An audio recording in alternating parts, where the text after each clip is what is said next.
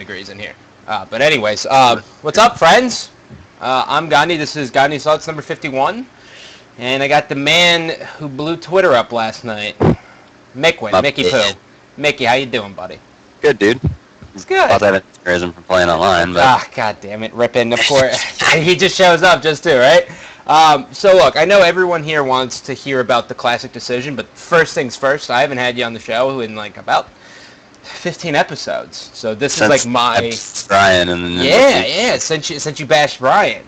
And now you dropped Ryan, so it's like the only time that you come on is when it involves Ryan. So I'm a big fan of this.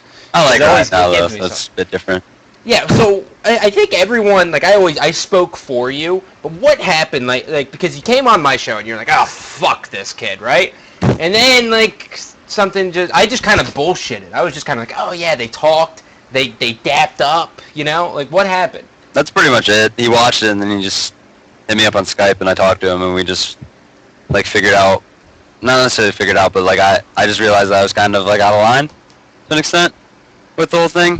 He was mad because when we first came back on Classic, we were trying to get Ninja to team with us, and Tyler almost did. He was going to leave Warriors and join us instead of Best Man, because Warriors weren't playing at the time, so he was kind of, like, upset with me.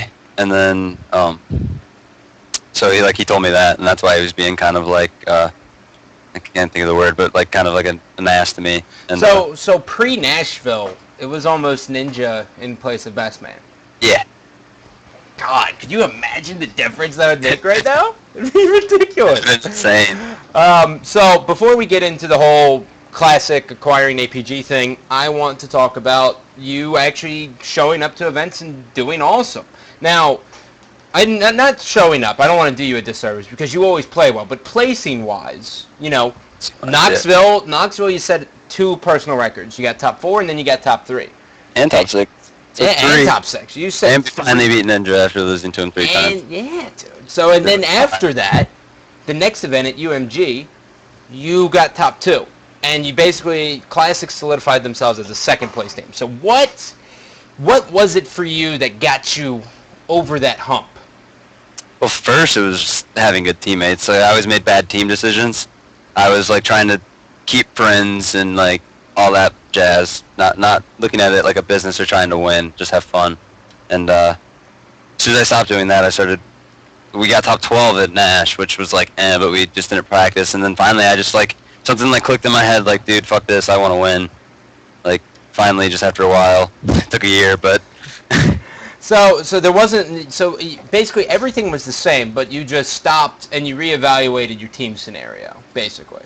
Yeah, I was trying to make friends in 2011. Trying to keep friends, not trying to win. All I cared about was, like, just going and, like, having fun, really, and just getting, like, a groove of, like, everything since it was my first year. And well, that's kind of like the nature of the beast, though, you know, because like when you go to your first event and, like, you know, you're known, you were known, obviously, you got known almost immediately in 2011, like. You've looked up, not necessarily completely looked up to, but you, like, always watch these guys play, and you want to hang out with them, like, you want to be on their same level, you know? So it's common, dude. It's not like you're the only one this has ever happened, so that makes you feel any better. Like, I think when I finally actually did want to start placing well was around Columbus 12, and that's when I hopped on straight. But I had an offer from BTH, and I almost took it, and that's when, like, I made, like, my first, like, poor decision to keep friends, because I knew that it was 3 weeks before the event. Like, I knew that basically Ninja and all of them would hate me if I left, so I didn't join BTH. It would have been, like, me, Reliable, Destin, and Maniac, and yeah, he was actually good at that game too. Yeah, so I said no, and then I got top 16. Dude, that's such a dagger, man. It's so amazing how, like, just one flip of a switch can just propel you that far. You know what I mean? Like, that's crazy to me. Like, some people, you know, it's like some people have that, like, business mind, and then other people are just like, but they don't have the dedication. You know what I mean? But the dedication was obviously never a fucking problem for you because you love gaming, even though online sucks. Dude. Don't even come on here and cry. Don't. All right? I lived in Red Bar. It's just so different. this game to LAN, it's like so different. It's insane. But yeah, you did live in Red Bar. I lived in Red Bar. All right, I you're would've in really yellow. said. All right, you can actually shoot. They just they They don't hit. they don't hit. So anywho, let's get into it. All right, so you have been basically your team Zios. You are Zios right now because you're making a business decision each event. So Classic, it started off at Knoxville. You had Russo, but you got Ryanoob, right? Yep. It's a good decision. Good. Obvious. Everyone agrees with that decision. And then going into UMG with just 2 weeks, Roy returns for 1 day. And then you're just like, well, it's Roy. I got to get him. So then you drop Russo. And now the whole little evolution of Mikwen here and Team Classic is you guys have decided to part ways with a really good noob and pick up APG. Walk me through it, boss. Just the mindset. I want the mindset first. Well, first mindset, I had no intentions. My intention was practice for a month and see how it went. But Roy ended up texting us. He was like, "Hey, Ryan's a great player, but being a smart player can only get you like so far." And so I thought about it, and I was like, "There's only 2 people that I would possibly team with over Ryan, and that was Legit and APG." And then we like weighed the pros and cons between APG and Legit, and like although Legit's sick, we just didn't feel like he was the type of player that we needed at the moment.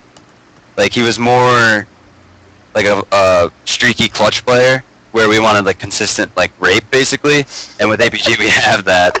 So it's like I have another player that like basically just will jump with me no matter what, because that's like what I'm known for now apparently is just. Well, jumping. Yeah, you have like no actual decision making. You just kind of jump at people. You're like, well, I'm no shields. Fuck it. I know I'm dumbing you down a little bit, but that's just because I can. I mean, I'll tell you what, man. I was sitting there and I was watching you play Abandon with Neighbor, and Neighbor was just like, dude, he is the best, hands down, Abandon player because your movement, you're ridiculous. Is that your best map? It's got to be. From a viewer's perspective, it is you. Huh? That's the worst Slayer map. Get the fuck out of here, dude. It's like the one map made for you. You had all those little nerdy jumps, and you get up on there, and then you jump again. I know you, dude. I'm watching you. Yeah, but just in terms of, like, how, I don't know. I always seem to do, like, a little bit worse on that map than other Slayer maps. Although I did play really well at Chicago on it every time. Like, I had 20 kills a game on it at Chicago. But, I don't know. And that's your worst. And in terms of consistent play on it, it is my worst Slayer, yes. You're crazy. I don't know, man. Just crazy, you are. So then, you pick APG over Legit because of those reasons. There was no one else you were looking at, just to make that clear. Just those 2. That was it. Okay. Only 2. Interesting. So now, you guys haven't played anything with APG yet, correct? We're playing tonight. You're playing tonight. But, I mean, we just looked at it, like, in terms of, like, how all 3 of us play and how Bradley plays, and knowing, like, what we played against. Like, we played against Warriors, and Bradley was really the only person that, like, you'd go up against, and, like, you had to, like, not necessarily try harder, but you actually had to, like, either outsmart him or hit the 4 best shots of your life to kill him. Like, that's just how it is against APG. Like, you either outsmart him or don't miss. Because if you don't do one of those 2, you're dead. And, but everyone else was just kind of, like, not necessarily that they're bad, but it was just, like, a little bit, like, easier in terms of, like, killing and taking care of and, like, the just... The challenge wasn't there. You didn't have to, like... You didn't have to back down versus the others. Like, you were confident that if you were down a shot, that you could win it. Yep. Okay. Yep. But with APG, you were like, oh, I'm out of this. And then, so we looked at that, and then we looked at, like, how, for one, I play and how Kyle and Borg play, and it was just, like, we're going to be so much more aggressive, have, like, an overwhelming amount of slaying power that everyone's, like, saying, who's going to do objective and stuff? Yes, Ryan does pick up a lot of slack on that. I like... 67%-ish. Yeah, like he does a ton of it. I'll always give Ryan that credit. He is probably the best objective player, objective-wise. But everything else, kind of Ryan like slacks on a little bit. Okay. If that makes sense. Like not necessarily he's bad at it, but just compared to like his objective and decision making, everything else is just a little bit less. And so we looked at it like we get a little bit less objective with about 10 times the amount of slaying power, the objective will come. Like if you're not if you're a good team, every player can do objective. And if they're all dying, then there's no reason why we should lose objectives in the first place. So we looked at it in that way, and I looked at it like Warriors. It seemed like with APG, I said it when they first picked them up. They have to play the right way with Bradley. You have to work with Bradley, and if you don't work with Bradley, then it doesn't work out. Like the team doesn't work. So every time I watched them, it'd be like Bradley was all alone because those three were so used to working together. So Bradley would be alone, like trying to make a play when his teammates like weren't listening. I don't know if we weren't listening or just not working. I don't know how. It didn't fit. It didn't work. It just didn't fit. And with us, it happens. Yeah, like at first when we first played with Ryan, it didn't work, and then Ryan told us how like we needed to like play with him. So me and Chig will just basically like adhere to how we need to play, just like Clay, like basically just change real quick, play that way, and Borg obviously just like is the kind of player that fits in any position because he just runs over people and lives forever. And so it's like it's a little bit different because Warriors were like a nerdy, aggressive play style where we're just like a straightforward jump at you. You know what I mean? Nothing special about us really. Yeah. Did you find that Warriors when you played against them, like watching it felt like they were kind of passive, and then it was like APG. You know what I mean? Like they were kind of passive, right? That's what I mean. Like as soon as they got Bradley, it seemed like they were passive because they were used to having Ryan who would sneak through and make a play for them to turn around, and that's when they would push. Where Bradley is in your face, pulls a little bit of attention, but he tries to get kills. So with us, it'll be two of us doing that, with the other two pushing behind the people. So I don't know. We'll see tonight. Like Ryan said, it's not going to be immediate success. I'll tell you that right now. Well, and if there is, it's fucking awesome. Like that's only the benefit. That's pretty much what we said. Like every team that we've made at first, from Nashville to now, there's never like immediate success. Guaranteed Nashville wasn't that great. We did play the first and second place team, and we lost like really close games. But and then Knoxville, we made the team change. It didn't work at first, and then it ended up working, and we got third. And then with Borg, it actually was kind of opposite. It worked at first, and then it stopped working, and then we finally sat down and like talked about everything, and then it worked again. So we always do what basically like our regimen is. We make the team, we practice, and then Wednesday before the event we go over everything. And now, if I can interject, just for viewer purpose and my own, actually, because I'm intrigued. Okay, so are you guys going over film when this happens, or how does that work? Like when you guys reevaluate things. So for us, like to put it, for me, like I had VOD to watch, like because I didn't do much in Halo 3, right? Like I had VOD to watch from the previous event, and we based it off of that. Are you guys going off of scrims? I'm assuming, correct? From APG? Yeah. Well, we looked at the rebroadcast of the games that we won and the two games that we lost. Uh-huh. And the two games we lost were pretty much led by Bradley. Like, Bradley destroyed us on Simplex Flag. And we just, like, watched it, and we were just like, he would fit us perfect just because he's so aggressive. And he's just, he runs over people. So. Interesting. All right, well, continue with your whole little routine. But basically we make the team, we practice, and then Wednesday we go over how we need to play every single map. So it's like fresh in our head for the tournament. And so like basically when we scrim, we get like the natural chemistry working, and then Wednesday we go over everything. And it seems to be pretty successful because before UMG we went over everything on Wednesday. We had lost every single scrim minus the first day that we were together. We went over that, and then we played Thursday, and we like raped every team that we played.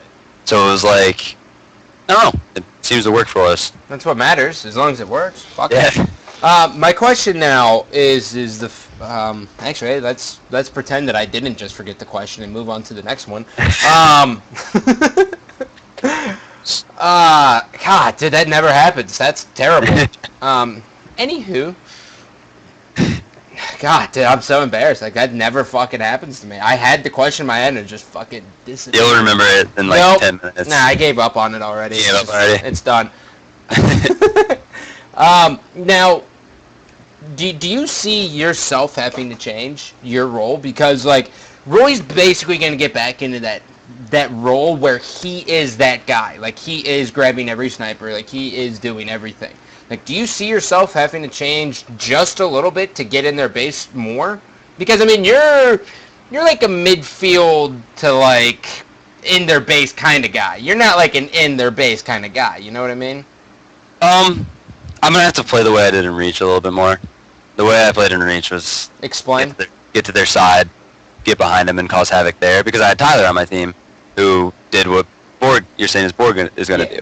So I can do it. It's not a big deal to me to like change up how I need to play. I've always been like pretty good at like playing any type of role. My only weakness really is like smart objective play, like the nerdy pulls and stuff. Yeah. But other than that, like I know when to pull and stuff a lot better now. But I won't make like a ridiculous pull that turns into like a cap that changes momentum. That's just not my play style. If anything, I'll stop a flag and change momentum. I'm opposite. So yeah, I can see myself being more flanky. Even Chig can be really flanky. Well, so, yeah, he was before Ghost molded him into like a team player. He actually was a very flanky player. Yeah, so any of us can really, you know what I mean, do that type of play style. But really, I see what we're gonna do is like it's just gonna be me and APG jump at people, and then those two kill the people that turn around and try to kill us. So yeah, that's like dream situations. But yeah, for sure, that's how it should work at least. Yeah. Now I remembered. Are you afraid? Okay, actually, no. Before I say that, we're gonna go with this. Exactly. What options does, if you're Warriors, or if you're Ryanoob, whichever one you want to go with here, and I'll take the opposite. If you're whichever one you pick, what the hell do you do? Because like the top four is like concreted. Now I know Snakebite and Royal 2 are coming back, so we may see some things shake up. So players should be waiting. But what I'm saying is like, who do you grab? If you're Warriors or if you're Ryanoob, like what fucking team can you form? Because you've burned every bridge. Well, when I first wanted to team with Ryan, he brought up teaming with Blaze and Nated, so I could possibly see that happening, like him, Blaze, and Nated. But if not, maybe Warriors like rekindle like their friendship and fix it up. But I really don't see that happening just because the way Ryan was. Like, I just don't think Ryan has any respect for Ninja. I think he has respect for the other two, but I think he has I feel the same respect. way. I think that's a good assumption. Yeah.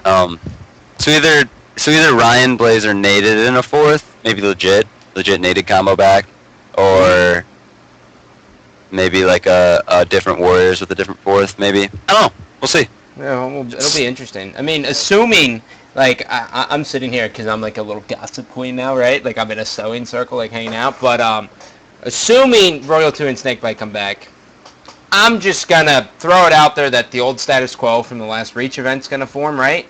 So that's going to free up Dursky and Ace, right? I don't know how... Ace will probably not play. Yeah, that's what I was getting ready to say. I was saying I don't necessarily think Ace will actually continue to play, but I could see Dursky falling in with Warriors. Like, he's smart, but the problem is like, by acquiring someone like that, Ninja and Legit actually have to step it up even more, especially Legit. Yeah. Like, Legit had a great tournament, right? Like, don't get me wrong. Legit played fucking fantastic that entire UMG weekend. But, you know, in the past, he hasn't had that same kind of event. He has to go back to, like, fucking Perfect Legit. Storm Legit. No, I'm talking Perfect Storm Legit. Old school. 07, destroying Carbon, but somehow he pulled it out Legit with, what's that guy's name? Poon. No. It was a different guy. Whatever. Extremist? Wolfie or Woofy, Wooly. Woofy. Wooly. Wooly? Whatever it was. Yeah. Wooly. That guy was so bad, and they took us to game 11. Like, so bad. So bad. I mean, I love the guy, but he played Boxer Claw on a Duke. Who the fuck plays Boxer Claw on a Duke? Right? Look at your face. You see that face? That's what I said. I'm not even a Halo 2 kid, and I know that's bad. Awful. Just awful. Terrible. But so, like, that's what, like, their options are going to be very, very, very limited, and I'm afraid. I'm afraid because the top 4 teams before this event, dude, is he just pacing around the room? Pacing. He said to me like 10 times, I want to be on the show. He's just pacing. Ah, damn it. Like, the top four going into UMG and going into Knoxville was concrete, right? Like, everyone knew who the top four was going to be. Yeah. Now, everyone knows who the top four is going to be. But now, since, like, status quo may possibly change, unless whoever Snakebite and Royal 2 get on, they're going to be in the top four. 100%. Because they have 4 weeks to play with. Well, they have 4 weeks to play. That's if Royal 2 is actually going back to events, though. Yes. Is 100%? Snakebite told me like 100%, yeah. Okay, so then they'll no matter what whatever team that is will be ridiculously good. Those two are just freaks. Yeah, they're really, really good. It takes a little bit longer than a month though to learn. Yeah, they don't have Ryanoob. That's the thing. That was our one up. Like we had Ryan, who just teaches people stuff extremely quickly, and like he did it with us, and he did it with Roy quickly, and so I don't know. It'll be good, but we'll see. I mean, you don't have to worry about that. You have to worry about getting all your shit together. That's the stuff for me to worry about, and then stir the pot a little bit and try to make rivalries out of nothing, and then bam. But so, are you worried about the Ryanoob curse? No. You're not? Not at all. No, it's mind over matter, man. Like, I used to be the most superstitious kid ever. I used to wear a beanie on my head for a year. Dude, I think the beanie, looking back, was just I think it was awful for you. I think it was worse luck than it was good luck. No, I mean... No. Okay. You want to go down this road? You want to go down this road? Okay. All I'm saying is I was superstitious with it, and as soon as I took it off, I did fine. I did much better. So it's like, I'm not worried about it. It's superstitious. It's cursed. Whatever. The difference with when Ryan comes back and beats teams is that he always gets on a team that is extremely good. So we'll see what it is with his team. But he got on a team with us. But the only reason why we weren't top players was because we didn't know the game. He taught us the game quickly. And I don't know. It's like with us, it's a little bit different because we have Borg, who, when you shit talk him, he freaks out and he just starts destroying. Same exact thing with Chig. I'm getting to the point where, like, when people shit talk me, I just start playing 10 times better. And it's like, that's how Ryan beats those teams. He shit talks them into submission to where they just, like, get destroyed. Yeah, Ninja does not handle that well at all, dude. He doesn't. Does and not. Tyler, and that's like... As soon as he got shit talk, like, he'd bring it up in game at a tournament. Like, he'd be getting teabagged. He'd be like, dude, this kid's fucking teabagging me. Like, stuff like that. And it's like, those little things to me showed me, you know what I mean? Yeah. So Ryan doing that basically not necessarily shut down a player, but mentally frustrated a player to a point where he wasn't playing his normal play style. No, not at all. And that won't happen with us because we're just gonna be like, well, all right, thanks. And now you're just fueling us because actually before we played Ambush, Borg literally said to Ryan, "Do not trash talk Ambush because that fuels them. You trash talk Ola and he destroys." So Ryan agreed. In his head. Ryan agreed to not doubt that for a second. Ryan agreed to not do it, and then as soon as we sit down and we're playing an FFA, Ryan screams at Ola, and it was just like, dude. God damn it! You had one job. Don't get him. Like, so I don't know. Hysterical, dude. We're that way now. We're that type of team now. Like we're like. Well, you know, like it gets to the point where trash talking just vanishes. Like trash talking ends up like even for me, like everyone always talks about like my trash talk or whatever. Like that's like the crutch I would have, right? Like if I'm getting raped, I'm like, okay, fuck this. I got to do something. You know what I mean? It's like a bag of tricks. Like versus the agency. Like you get to a point where eventually you don't need trash talk, and then it's just high caliber play. Everything like that, though. Huh? Like, how would it be when you trash talk FB? What would happen? I never did. Well, in 06 I did, but 07 it was just because when you trash talk, like unless you're brutally massacring the team, it's kind of like it takes away from like small talk communication, and you know how important that is. Yes, yeah, and that was another thing that we looked at is Ryan loves talking trash to a point where like we would get way too loud to where we couldn't hear anything because he'd be screaming, so we would start screaming to get call outs out. 3, it would he wouldn't like call out something because he was busy talking trash. Yeah. And like, okay, trash talk's good, but like it serves its place. It deserves its place exactly. And I guess I'm there now for that. I don't know. Yeah, it's whatever. But I'm not really worried about it. Like, we're at the point where like we can win. We can beat every team pretty handily without screaming at them. The only team that is going to be a struggle is Ambush, and that's for obvious reasons. Like you said, the dragon at the end. How good was that? Be honest. Dude, that's the perfect way to explain it. The fucking best. I'm a genius. And they played like 30 times better when we got there. So when we got to the finals, they were just freaks. Yeah. Well, before we get into them, just talking a little bit more on trash talk, like the reason why trash talking was so much more relevant, just as a little history lesson for everyone back home. Headphones. We didn't have these fucking things. As soon as I had this and I was on Legends, like in Halo 3 and even like San Diego and Meadowlands in 08 when I was on Carbon, like I could only do so much with these. You know what I mean? Like I know that like my screaming and my calling someone a complete trash can like takes away from my team. Like it sucked. That's why I didn't play with headphones. But like if you didn't play with headphones now, you would be worthless. So you have to pick and choose. Like your game 5 trash talk was perfect because you guys were dismantling your opposition. Like literally devouring them. That deserves every bit of trash talk. But like when it's like 47, 46, you're not going to stand up and be like, oh, get raped. Like, that's like a Sudeth move. You know what I mean? You don't... you don't... Yeah, no, I feel you. You can't.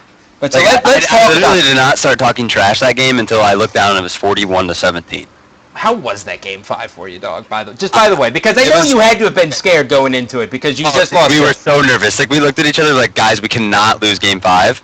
But then all of a sudden we heard legit go, you guys are fucking choking. Let's see what you guys got in game 5. And we were just like, okay. So if he didn't say anything, you guys were fucked. Well, I stood up and said, you guys are about to get 3-0'd again, and they won 2 in a row. Yeah, I know. Then legit said that, and that happened, 5th game. So I'm never, ever, ever doing any, I learned. Nope. But also, like, I'm a rookie to all this stuff. This is the first time I've ever been in, the finals, for one, is the first time I was ever even close to getting top 2. Yeah. So, obviously, the excitement took over a little bit, but, No, naturally, dude. I mean, yeah, you deserved every bit of it. But, like, the big thing was, like, I was sitting there and I was like, I know Mikwen's nervous right now. I know it. Like, I knew it. Like, and the fact that, like, it came out and it was, like, 11-4. And then I hate to pick on Ninja, because, like, you know, I like Ninja. I sent him a text and I said, look, I lived in 3rd place for 3 events and then eventually I dethroned Final Boss, so don't fucking get down on yourself, you know? Because some people just need that shit. Like, he looked terrible, like, physically. He looked like his family just got killed in front of him. But so, like, you know, I just kind of sent him that as I could, but, like, he was, like, no shields, and instead of, like, hiding in the base, he, like, we watched it yesterday, remember? He, like, runs and jumps out the window and just gets fucking destroyed. He did it 3 times. Like, I don't, like, does trash talk, like, how can trash talk affect a person that much? Because when you have Ryan screeching at you, I would... It does tickle at your spine a little bit, but for Tyler, who dropped Ryan, got a much better team on paper, then lost to Ryan the next event in a pretty dominating fashion, I mean, you get kind of pissed at yourself when you start losing to him, and then not only that, he's screaming at you, so on top of that, you have all this screaming at you. Like, it's, dude, it's tough. Like, it would eat at you a little bit. I mean, for me, in the back of my head, I'd be like, all right, I'm going to shut this kid the fuck up, and the only way to do that is win. But I think for Tyler, it's a little bit of a different mindset. I don't know exactly what it is. Other than, that's Tyler's only issue, I think. It is. His mental game, he's got to figure out something. Like, for everyone, it's a different beast, right? Like, some people have to, like, sit down and just be as arrogant as all hell. Like, that works for, like, I don't want to say Snipedown's cocky, but I mean, like, in game, you can tell, like, when someone trash talks him, he's just like, fuck you, I'm better, and I'm going to show it, right? Yep. And some people just sit down and rejuvenate. But other people, you just see them fucking lose their shit. Like you just gotta Shut find down. what's better. You can't be that guy who goes on like a personal vendetta and be like, oh, when I see you, I'm gonna rape you. It doesn't work that way. Yeah, like I think the mindset that is best for that situation is the only way to shut these kids up is to win the series. Yeah. And so I don't know. I wouldn't know. I've never been on the receiving end of fantastic. This fucking trash. You just scream at them. Yeah, just put them in their place. I just like raise my hand, watch it. All right, so the last thing we can talk about here, ambush. Everyone, first off, number one, everyone on Twitter who's tweeting like, oh, I just want to see ambush get beaten. Like, what happened to just winning the fucking event? Like, I understand like ambush is guaranteed basically to win right now, but fuck you. Like, you should be focusing on winning the event, not just beating ambush. You know what I mean? Like, if you just beat ambush and then you get 7th, 8th, like, who the fuck are you? No one cares. You know what I mean? I think when people say that, I think they mean win the event. Yeah, but it's all the phrasing for me, man. It kills me. I hate it. We're at the point where the only team we haven't beat is ambush. Yep. So that's the team that we're gunning for. Obviously, like you have to. That's where we are. So for us, gunning for them means winning the event basically because we beat everybody else. Yeah. So our mindset is to win. Obviously, we want to win. Like that's Borg doesn't come back to get top 2. He was upset that we got top 2 at UMG. Yeah, he's the heart of a champion.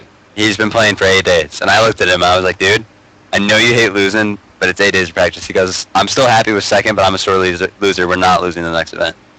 So I said it, dude. I know Roy, man. I know him in and out. He doesn't take losing in any situation like kindly at all. No, so, he doesn't. He just and he wants to win, and that's why we felt the pick for Bradley was just smarter. And not only that, we could have gotten over the hump with Ryan, but we would have all had to been like on absolute fire. That's another way to look at it. So, with that said, like from a viewer and caster point of view, so I'm gonna just say I have knowledge. Like it seems that ambush, like for the current pool of players, not pool like right now, but like at UMG, like they could get away with playing average, but they still close games. Yes. You know what I mean? Like for you, what is it going to take for you guys to beat ambush? I know it's a fucking tough question. Well, there's a way to do it, but it's hard to execute. You have to not only outslay them, which is automatically ridiculously difficult. You have to be more aggressive than them, which is already pretty difficult in another situation. Yeah, they're fast. You have to be able to close the games because that's something that they're perfect at because they have Diesel. They're able to close the game. You can get 3 OSs, but they'll get the last 2 because Diesel will get on them and they'll get the next 2 OSs. So it's like really, really tough to... It's hard to close on them, it's hard to outslay them, and it's hard to be more aggressive than them. So you have to figure out how to do 2 out of those 3 things. Close the game and outslay. Or close the game and be more aggressive. Yeah. So you can't do all 3 against them. You're not going to do all 3. That's just how it is. Yeah. And you know what? The other thing is you know, just like looking back, like every team who's been like dethroned, like in the past, you normally see that when it happens, like the game types are the coin flips. You know what I mean? It's not necessarily like, you know, like for FB, like they were so fucking good at like capture the flag Beaver Creek because they were red base, right? But we avoided that in the winners bracket finals or in the winners bracket semifinals. Like we completely avoided that. That's good. Like you guys need to avoid like capture the flag dispatch as like the first or 4th game. You know, like you guys need like the right game types to just get that lead. You know what I mean? Because we had a good 3. We had a good 3, and you did. We didn't close them. You did not. We lost 5-4, 50-46. 5. Well, Abandoned Team Slayer, in my opinion, is also their best Team Slayer. So you didn't have like the best, but you had good ones. That's our best Slayer as a team. It's my worst game type, but it's our best Slayer as a team. Yeah, we only lost to them. So I didn't know that. Yeah, it's because we're just all like nerdy angles and stuff. So yeah, I mean, to be honest, like when Adrift, I don't know if we're at the point now where I don't even know if Adrift's going to be taken out just because there's exciting games of it at UMG. I would love to see it gone for like I know you were talking about Onyx. Onyx flag would be incredible. Dude, it would be fucking insane. It'd be awesome. It would be insane. And you So- know this. Like, it would be a fucking slaughter fest. It'd be so much fun. It would be more. I mean, it would. It's just gonna suck ass to play when the other team's just destroying you. I want a game. I want a game type where it's not power weapon control necessarily that wins you the flag. Every single flag like that's right now. Well, you're gonna have an OS on Onyx. Yeah, but that's it, right? Okay. If you have 4 BRs on OS, it drops. It's like Simplex. Okay, Simplex, I guess, but then you have Railgun. So, and the lines of sight are a little funky on Simplex. Onyx would just be pure teamwork. It would be. So, and Adrift is like, to me, it's not necessarily a toss-up, but in a weird way it is. Like, it's not like you go into it like, well, I have no idea who's going to win this. Like, you go in, you have an idea of who can win, but there is the chance that something, like, absolutely insane could happen. Like, Yeah. you lift the flag and it short lifts. Like, the map's broken. The map is broken. That happened to me at the tournament. I lifted flag and fell off with it. Like, it didn't take me all the way over. Well, isn't that what happens when you get shot? I heard, like, when you get half shields. No, you can still go over. It's like, and if you die in the lift, the flag keeps going. Sometimes you just go up in the lift and you fall off. Maybe you need to work on losing weight, fatty. Apparently, Because it's never happened to me besides when I get shot. Ever. I had not been shot. I was full shields. I must have hit crouch or something. I don't know. But I literally just hit. I lifted, and all I saw was that little ledge getting closer and closer to my face. I don't fell like off. it. I don't like that. So And that really makes me sick to my face. I did not know that existed. Well, hopefully, I mean, God knows what's going to happen with V5. I think Ghost is actually pretty content with everything right now, as he should be, because finally Team Throwdown's working minus the help me extraction. they just fixed that last night. They did? Oh. Yeah. So finally, everything's all ship-shape for Team Throwdown, right? So, like, you know, finally he's good to go. So he's probably taking some time to himself, which I understand. Yeah. Taking a break. Take a little break, boss. So now, unfortunately, you guys are eventually going to be switching over to Daily Motion, correct?